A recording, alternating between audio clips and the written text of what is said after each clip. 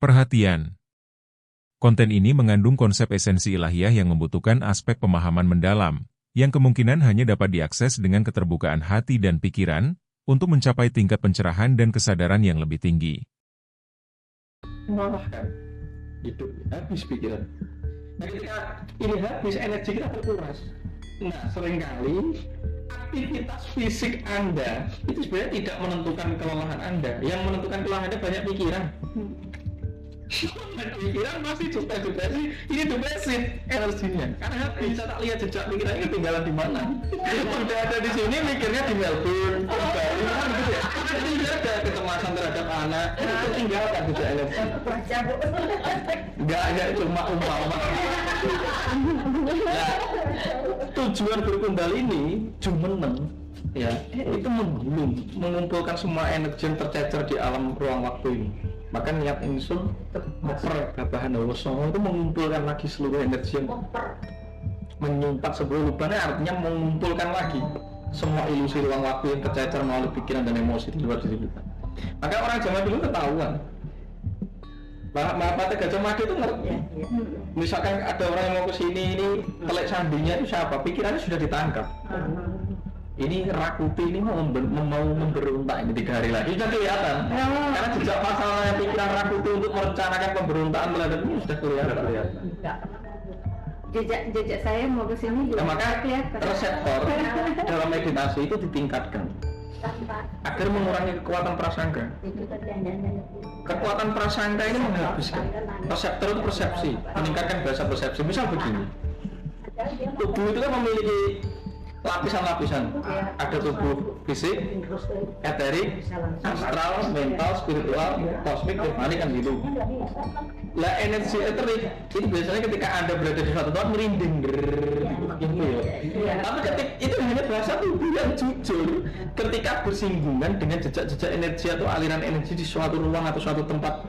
Tapi karena prasangka sudah terdapat indoktrinasi bahwa itu angker, demit, ya kamu negatif jengking. Akhirnya kamu, ini demit pengaruh ini yang bikin rusak. Padahal tubuh itu hanya jujur. Nah orang-orang sekarang itu kalah sama anjing, karena anjing masih mengembangkan kewaskitaan ini. Dalam radar 1 kilometer, orang itu bisa telepati sebenarnya, karena tubuh itu memiliki kemampuan mempersepsi dan jujur. Tubuh itu jujur, pikiran yang selalu menipu kita. Nah sekarang yang dikembangkan manusia milenial itu adalah kekuatan pikiran yang diisi dengan namanya prasangka, apalagi ditambah administrasi tentang pekerjaan, tentang ilusi tentang sosial ekonomi ini ngepung setiap hari.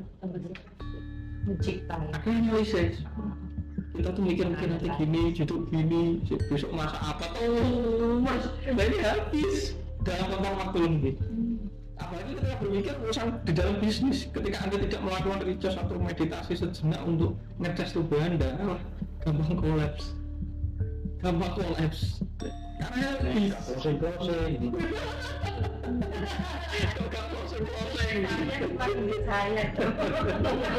Saya semua habis. Nah sekarang meditasi, sholat itu kan kemampuan meningkatkan reseptor. Ketika kita menaikkan energi, kita belajar jujur kepada tubuh. Ketika Anda sakit, berarti tubuh itu sudah minta diperhatikan. Selama ini Anda tidak pernah memperhatikan tubuh Anda. Jarang Anda mengajak ngomong ginjal sama jantung, jarang. Adanya diperes, dijak kerja, dijak stres tiap hari. Tapi nek sakit baru, berarti ada malaikat, ada tubuh yang memanggil Anda. Perhatikan aku. You ini hidup dengan aku, kamu tidak pernah memperhatikan aku gimana? Maka orang sakit itu butuh diperhatikan, karena dia tidak memperhatikan dirinya. Maka dilatih untuk bermeditasi agar memperhatikan dirinya, karena diri kita itu cerdas, diajak ngobrol. Karena kemanapun Anda itu dengan adanya mara bahaya itu tubuh yang menginstruksi kesini. Kalau kita sudah nggak sinkron sama tubuh ini isinya cuma tipuan pikiran, tubuh nggak mau merespon kita, semakin tidak peka, akhirnya gampang ditipu, gampang jatuh, gampang macam-macam. Karena tubuh tidak toleransi dan tidak gotong royong lagi dengan kita, karena kita terlalu mengikuti perangkat namanya pikiran, angin-anginan kan. Nah rumusnya ketika pikiran ini sudah menghabisi energi kita di dalam meditasi atau laku asketik, kundalini itu menaikkan untuk mengisi bensin lagi. Karena di saat kundalini itu terdistribusi dengan bagus dalam tubuh, kita dalam kondisi primer. apapun yang dilakukan dengan prima itu berarti sadar. Ketika dilakukan dalam kapasitas prima dan sadar, pasti hasilnya titis, tatas, tuntas, laras.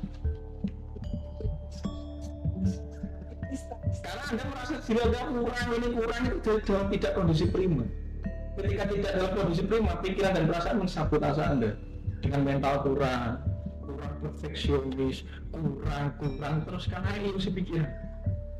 Tapi ketika Anda melakukan seks dalam prima, ya puas. Ketika Anda melakukan kerja dalam prima, ya dicekal rumah, semua sudah kecekal kabeh. Ngetik ya jenis, makanya sadar itu penting kan, sadar berkaitan dengan para prima energi dalam kondisi on. Penuh tubuh kita. Pucat. Dan rumusnya begitu aja sebenarnya. Cuma akan macam-macam semenjak adanya ajaran yang bermacam-macam ini dilambangkan menjadi mitologi, sastra, gugong Tuhan, macam-macam yang jelas gitu. Padahal rumusnya cuma dua itu, energi naik, kesadaran naik. Ketika energi dan kesadaran ini bersinergi, ya jagat ini memayu hayuning dewi sesami bawono rahmatan lil alamin. Itu kira-kira rumusnya cuma begitu aja. Nah, tubuh kita tuh punya perangkat canggihnya. Ada 10 angin, 10 nadi, 7 organ. Dan itu akan saya bahas pertemuan berikutnya kalau kita mau ritual. Karena kita aktifasi seluruh. Karena tubuh ini adalah organ cerdas. Setiap tubuh ini memiliki daya kuasanya sendiri-sendiri. Saat satu saja memberontak, Anda sakit. Dan nanti di kundal ini diaktifasi semua ini agar ketika energi penuh, kundal ini itu semacam yoni itu daya welas asih, yoni itu kewibawaan. Saat rakyat dipimpin oleh pemimpin yang memiliki yoni atau kewibawaan, pasti sinergi. Cuma itu aja analoginya. Kalau kita ini meningkatkan yoni kita tuh memiliki namanya kewibawaan, disebut karuna. Ketika kita sudah punya karuna maka menjadi karuni. Dan ketika kita sudah punya karuna dan karuni, aura kita itu stabil. Orang yang berada di area kita itu merasa tenang, kerja pun selaras. Bareng-bareng. Tapi orang yang menurun energi defisit, isinya emosi, energi yang panas sama pikiran, di dekatnya saja menyesakan. Gak berapa ya, muncul di dekatnya kita tuh megel tenang itu. Karena kita bisa, kita diserap. Sedap. Kita diserap setiap hari. Nah kalau kita energi kita penuh setiap hari diserap ya monggo, karena dia butuh energi ini untuk menyembuhkan dirinya. Padahal setiap hari kita punya sumbernya, tapi kita senengnya nyangsu gitu. Senengnya nimbo kan gitu kan. Nah ini kan nimbo, dan nanti kalau Anda sudah punya nimbo, bikin sumur sendiri. Dibur sendiri sumurnya, namanya kundalini. Itu mata air yang ada dalam diri kita, agar kita tidak kehausan. Nah simpelnya begitu. Cuma zaman dulu ya dirumuskan macam-macam. Dikon gula ya gong susu angin, tapak kuntul angayang, gali kangkung, ya kundalini itu.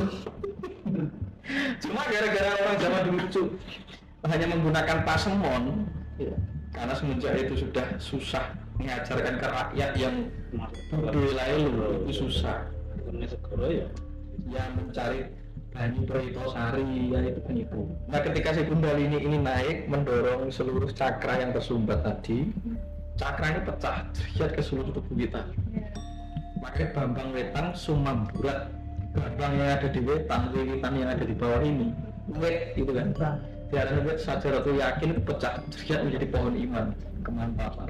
Karena kita hidup dalam kebercahayaan, wisdom, bijaksana itu tercahayai.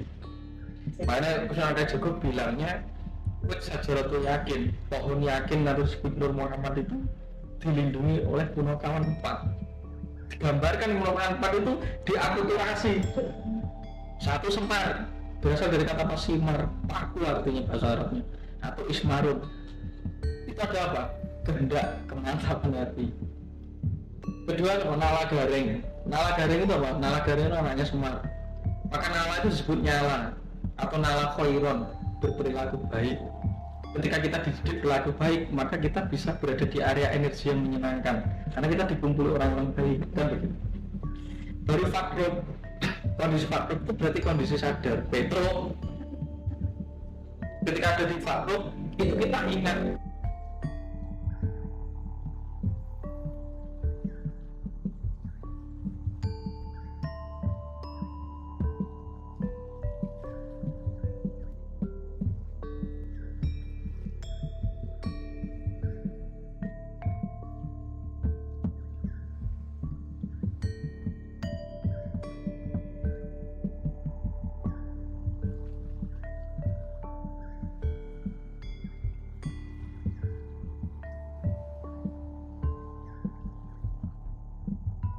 yang membentuk kita. Tuhan ini yang menjaga tirta amarta kita, sifat roh. Baru nanti masuk bagong. Bagong itu kita bisa mempertimbangkan alam rasa dan pikiran. Jadi dalam kebagongan inilah kita menjadi dijaga 4, ketemu 5. Terus ditambah 1 togok. Iblis artinya penguasa alam bawah. Nah, penguasa alam bawah itu adalah muladhara atau seks yang masih terjebak tadi. Karena ketika kita kehilangan energi seksualitas kita tidak memiliki gairah untuk mengerjakan hidup. Berkarya itu tidak semangat dan itu harus dinaikkan ke atas. Dengan jalur kundalini akan membakar gairah hidup. Jadi hidup itu ada semangat. Di dalam hidup semangat, manusia itu berikrar bahwa hidup itu bergerak. Tapi kalau mati stagnasi. Makanya kalau mau Jawa dikembangkan ojo males-malesan koncone setan. Nek mau malesnya cepat mati ya, karena ketika kita meminimalisir gerakan berarti berikrar untuk mati. Makanya urip itu obat, nek ora obat ngedeni bocah.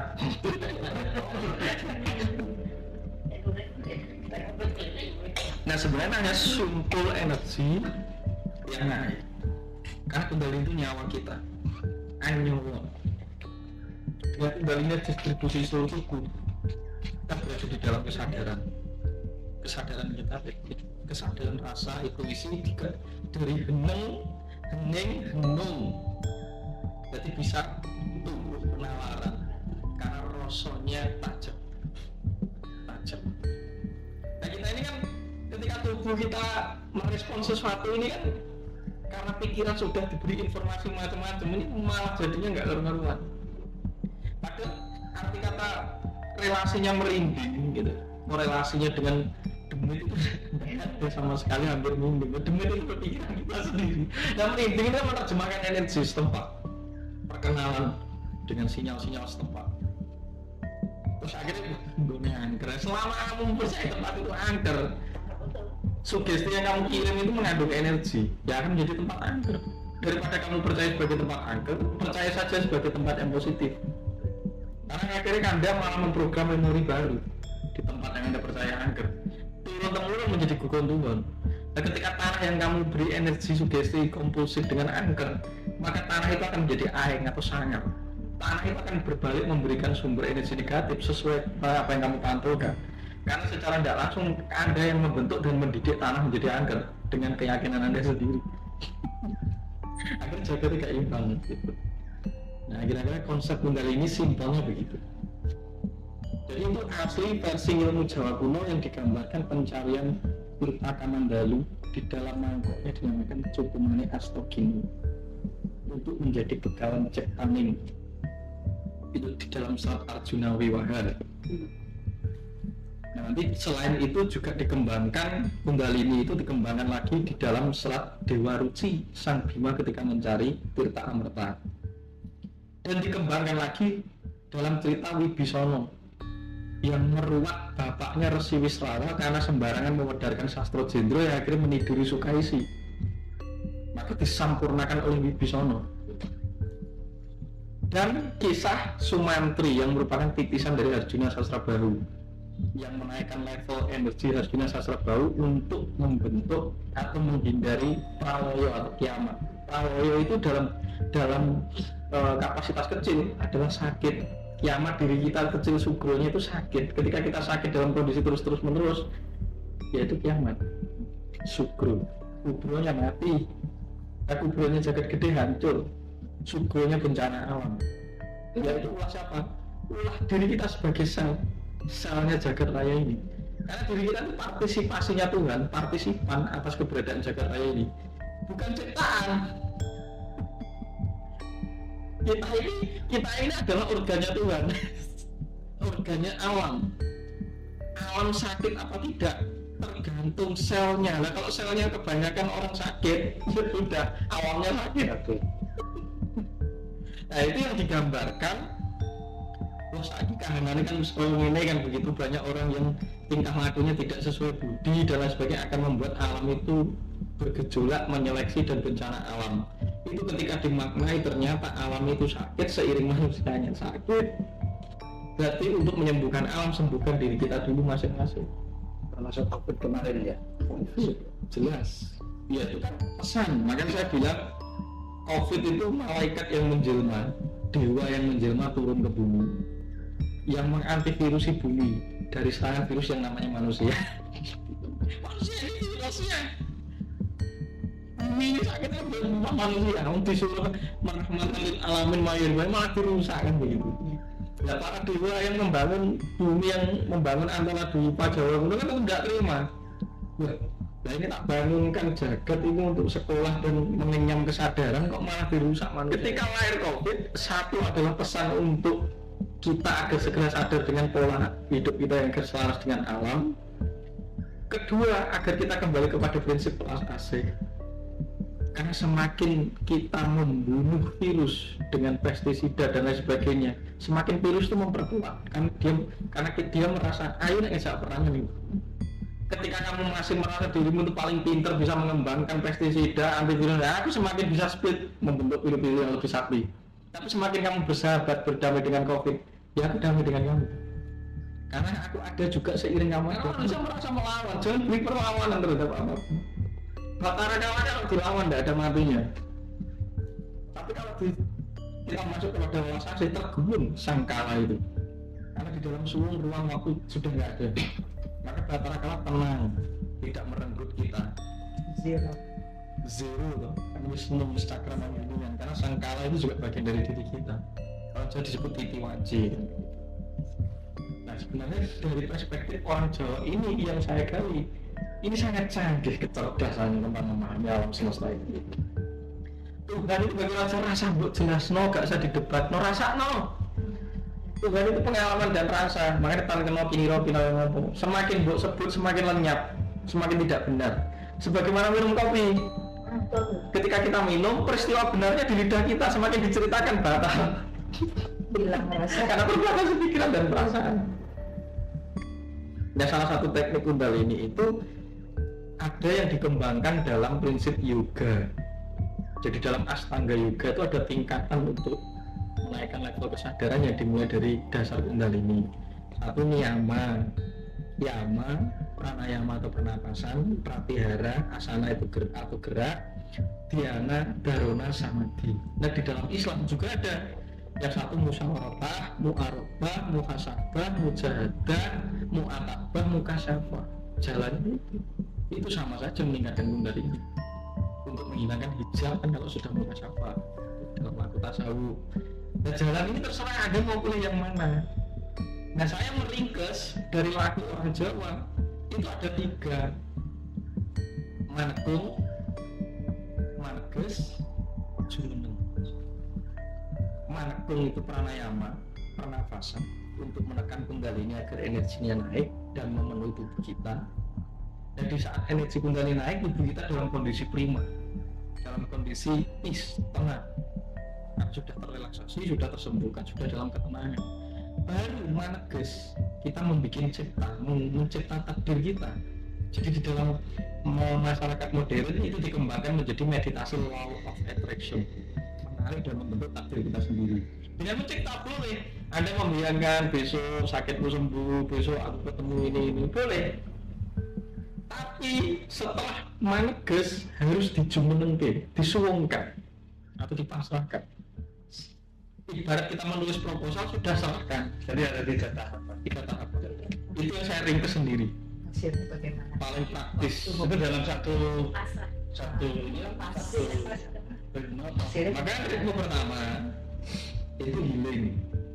Konsep healing berarti manekung. Cas dulu tubuh Anda. Karena ketika Anda tidak ngecas baterai Anda, tak mungkin Anda sampai kepada pencerahan, tidak mungkin. Maka bahan bakunya perlu dulu bensinnya agar motor itu bisa dikendarai. Kalau bahan bakunya sudah dipenuhi, ini bensinnya sudah penuh, perangkatnya baru bisa digunakan untuk mencipta, untuk berkarya berarti dalam hidup, mencipta takdir kita sendiri. Baru cuma disuwungkan. Karena kita pikiran ya. Jadi pertama meditasi itu pernapasan, setelah itu mencipta, maneges. Jadi mencipta itu dimulai dari ngajak ngobrol tubuh, misalkan yang betul tarpal ya, diajak disapa jantungnya, disapa ginjalnya. Nah kan kalau jantung itu bagi orang Jawa disebut sedulur kita yang dinamakan tadi apa Gunung Mahameru, Sang Yang Mahameru. Aku madhep marang sira, aja lara lopo, dadi oji sejati, gandengan aku, tak ajak kerja, tak ajak makan. Misal atau disebut jantungku, terima kasih sudah membawa aku sampai saat ini. Sekarang kamu lestari, bersinergi, bekerja bersama dengan saya. Tidak ada lagi pemberontakan. Pemberontakan itu berarti kan sakit. Selaras. Terus disebut pomo atau terjadilah begitu. Itu salah satu manifest. Baru nanti dikembangkan untuk mencipta apa? Misal Anda sedang membenahi keluarga yang carut, ya kasus apa saja, pekerjaan yang ruwet dan apa, dicipta, bikin suasana yang sehappy-happynya, sebagus-bagusnya dalam cipta Anda itu. Cipta sampai detail, sampai benar-benar jenengan itu seperti mengalami kondisi itu. Nah setelah itu jumeneng, hanya suwung, wes gak usah dipikir gimana hasil ciptaan mau, lenyapkan. Dan ketika nanti Anda meletakkan sesuatu itu tadi, proyek Anda tadi, proyek cipta jenengan tadi kepada yang tidak diketahui atau kepada Tuhan atau kepada Sang Yang Suwung, nah ini segera akan membentuk siklus yang sesuai Anda cipta atau bisa lebih besar, bisa lebih lagi dari apa yang Anda cipta. Karena kuncinya adalah kepasrahan. Pikiran kita itu bisa mencipta sesuatu, tapi kalau tidak dipasrahkan, itu tidak selaras sesuai cetak biru kita. Kita dapat mobil tapi kecelakaan kan begitu. Cipta kita bisa menarik mobil, cipta kita bisa menarik rezeki. Tapi kalau tidak dipasrahkan, rezeki itu menjadi malapetaka untuk kita, nggak bisa. Nah maka pasrah itu nomor satu, agar membiarkan yang mempunyai kita itu bekerja. Maka kita ini hanya ayang-ayang, ibarat tubuh berdiri kita hanya bayangannya. Ya biarkan tubuh yang bekerja, biarkan Tuhan yang bekerja. Yang penting jumbo dulu sama beliaunya. Terus saya begitu aja. Orang Jawa sudah memiliki asana mudra ini, pencaksilat, tarian, mudra. Ini membentuk manipulasi energi. Baru ketika ini sudah lemah, baru masuk ke hakikat. Hakikat itu pranayama, sudah merasakan nafas. Melihat sesuatu yang lebih benar daripada ritual gerak. Makanya dikembangkan gerak batin. Baru ketika itu masuk ke dharana, dhyana, samadhi. Jadi dharana itu mencipta, samadhi suwung. Jadi semua itu sudah fokuskan saja satu titik, entah di sini, entah di pucuk igrama atau hambukan atau itu, sampai lenyap. Ada pikiran macam-macam, amati saja, jangan dilawan. Ketika macam-macam ini, balikan lagi ke sini, konsentrasinya. Nah, semakin nanti lama, pikirannya akan berpindah. Gelombang pikiran kan dari beta, delta, alpha, terus sampai ke gamma. Nah setiap gelombang ini minimal per 20 sampai 30 menit baru bisa berpindah fase saat didiamkan. Nah kita ini selalu reaktif. Hidup ini kebanyakan reaktifnya daripada mendiamkan. Sebagaimana air, kalau diamkan dulu sampai jernih. Maka analogi orang Jawa gambarnya nyekel iwak dan prabudek banyune itu piye? Bagaimana kita menangkap ikan tapi airnya tidak keruh. Nah itu maksudnya adalah makna simbol dari mengikuti pikiran tadi. Kalau emosi itu hanya mengikuti pikiran, emosi itu hanya merespon panas, dingin kan begitu. Kalau pikiran itu waktu dirasani kayak cuek langsung panas, kan mendapat data. Orang gila langsung panas.